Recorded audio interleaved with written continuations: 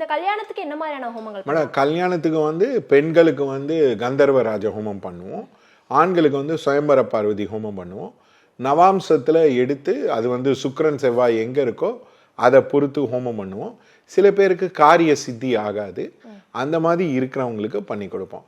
சில பேருக்கு சத்ரு உபாதை இருக்கும். இப்போ உதாரணத்துக்கு அம்மாவே சத்ருவாக இருப்பாங்க, அப்பாவே சத்ருவாக இருப்பாங்க, அவங்களுக்கு ஹோமம் பண்ணாமல் இருப்பாங்க. அது ஆதே சுவாமிநாராயணன் டெம்பிள் வந்தீங்கன்னா ஹாரோஸ்கோப் வச்சு செக் பண்ணிவிட்டு ஹோமம் வந்து பண்ணிங்கன்னா உங்களுக்கு வந்து இம்பேக்ட் இருக்கும் அப்படின்றத வந்து சொல்லுவோம்.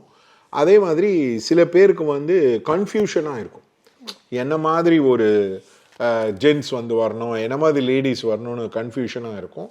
ஸோ அந்த மாதிரி இதுக்கும் வந்து ஹோமம் பண்ணலாம். அவங்களுக்கு கன்ஃபியூஷன் விலகி கிளாரிட்டியாக இந்த மாதிரி இது பண்ணணுன்றதும் ஆதே சுவாமிநாராயணன் டெம்பிளில் பண்ணி கொடுப்போம். இப்போ வந்து ஸ்பெஷல் சைல்ட்ஸ்க்குலாம் வந்து இந்த மாதிரி நம்ம ஹோமங்கள் பண்ணலாம்னு சொல்லியிருந்தீங்க.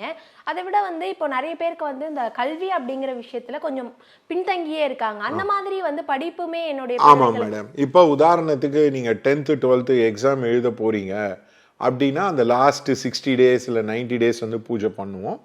நாங்கள் வந்து நீட்டு தேர்வு சில பேருக்கு சக்ஸஸ் பண்ணி கொடுத்துருக்கோம்.